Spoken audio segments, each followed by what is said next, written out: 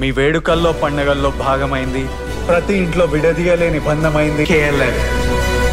నారా చంద్రబాబు నాయుడు 4వసారి ముఖ్యమంత్రిగా ప్రమాణ స్వీకారం చేస్తున్నారు. ఈ నేపథ్యంలోనే విశాఖలో పెద్ద పెద్ద స్క్రీన్లు వేసి ప్రజలకి చూపిస్తున్న పరిస్థితి అయితే చూస్తున్నాం. ప్రస్తుతం మనం విశాఖ విఆర్ఆర్డీఏ థియేటర్లో అయితే ఉన్నాం. ఇక్కడ పూర్తిగా ప్రజలు పెద్ద ఎత్తున వచ్చి చంద్రబాబు నాయుడు ప్రమాణ స్వీకారాన్ని అయితే వీక్షిస్తున్న పరిస్థితి ఉంది. ఇక్కడ కార్యకర్తలు కానీ అలాగే ప్రజలు కూడా పెద్ద ఎత్తున స్వచ్ఛందంగా వచ్చి ఈ వీక్షణ అయితే చూడడం జరుగుతుంది. ఎందుకంటే ప్రమాణ స్వీకారంలో పెద్ద ఎత్తున సినీ గ్లామర్ను కూడా తలపిస్తున్న పరిస్థితి తరుణంలో పెద్ద ఎత్తున కన్ను రెప్ప వేయకుండా ఆసక్తిగా ఎదురు చూస్తున్న పరిస్థితి ఉంది. ఇక్కడ కొంతమంది ప్రజలు ఉన్నారు, వారితో మాట్లాడే ప్రయత్నం చేద్దాం. మేడం చెప్పండి, ఈరోజు ప్రమాణ స్వీకారం చూస్తున్నారు కదా, ఏ విధంగా ఉంది?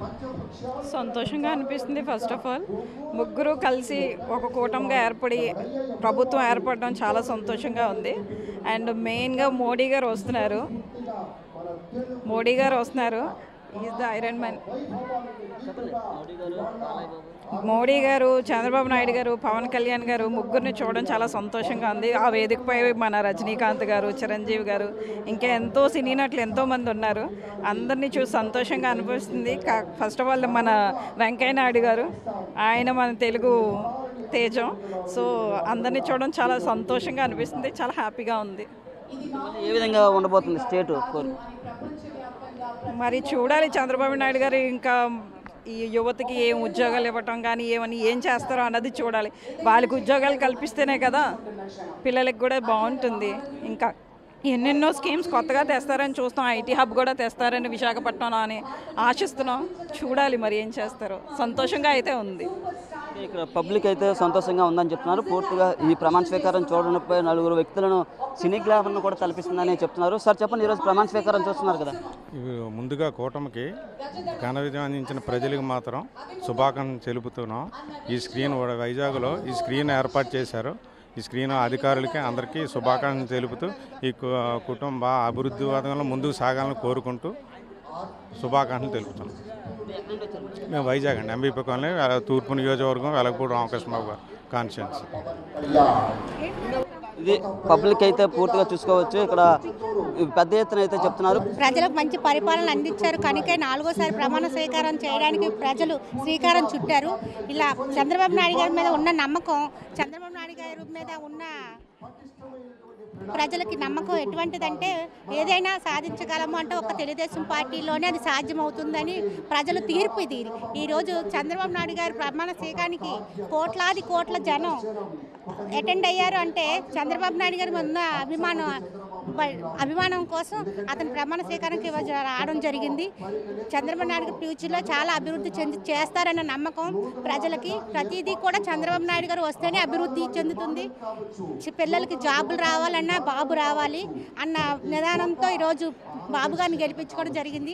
ప్రతి ఒక్కరికి కూడా పేదలకి మంచి చేసే పార్టీ ఏదైనా ఉందంటే ఒక తెలుగుదేశం పార్టీ అని ఈరోజు గట్టిగా మేము చెప్పడం అయితే జరుగుతుంది. చెప్పండి, ఈరోజు ప్రమాణ స్వీకారానికి మోడీ కూడా వస్తున్నారు కదా.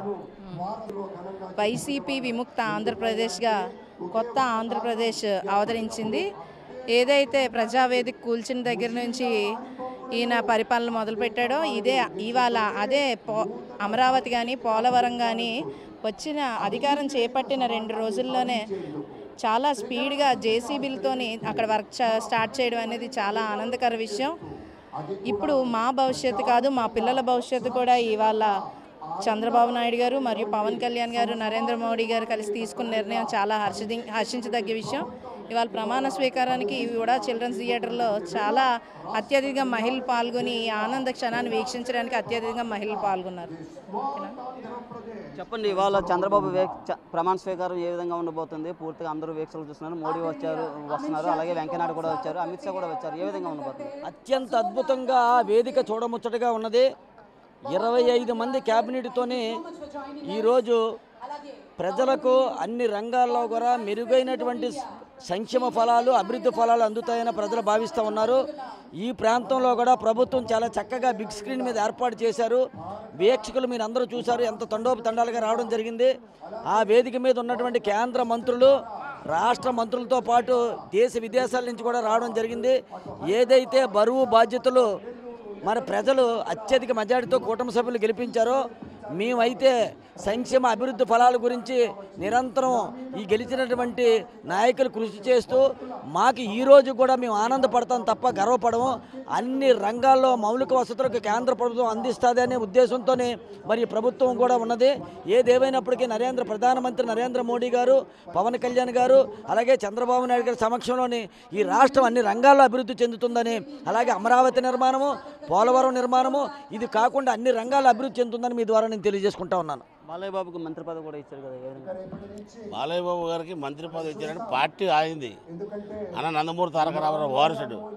ఆయనకు పార్టీ పదవులు కానీ పార్టీ వ్యవహారాలు కానీ వాళ్ళ సొంత పార్టీ, వాళ్ళకి పదవి ఇచ్చినా పదవి ఒప్పుకున్నా వాళ్ళ బాధ్యత. ప్రజలను ఎలా చూసుకోవాలి, ప్రజలను ఎలా చెందాలి, ప్రజలకు ఎలా సేవ చేయాలని చెప్పేసి బాలకృష్ణ గారి కోరిక.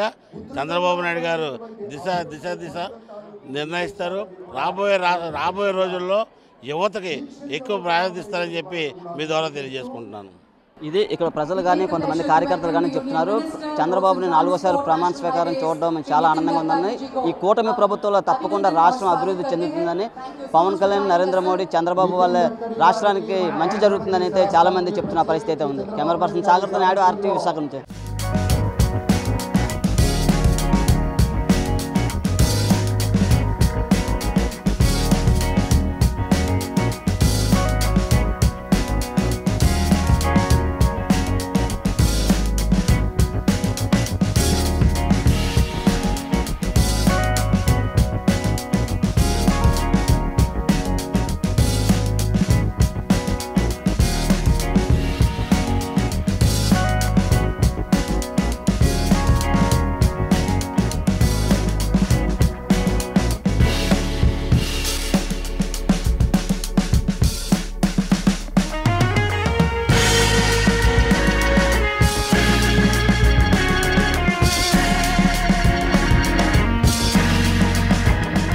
మరిన్ని వీడియోస్ కోసం ఛానల్ ని సబ్స్క్రైబ్ చేయండి. లేటెస్ట్ అప్డేట్స్ కోసం వాట్సాప్ ఛానల్ ని ఫాలో చేయండి.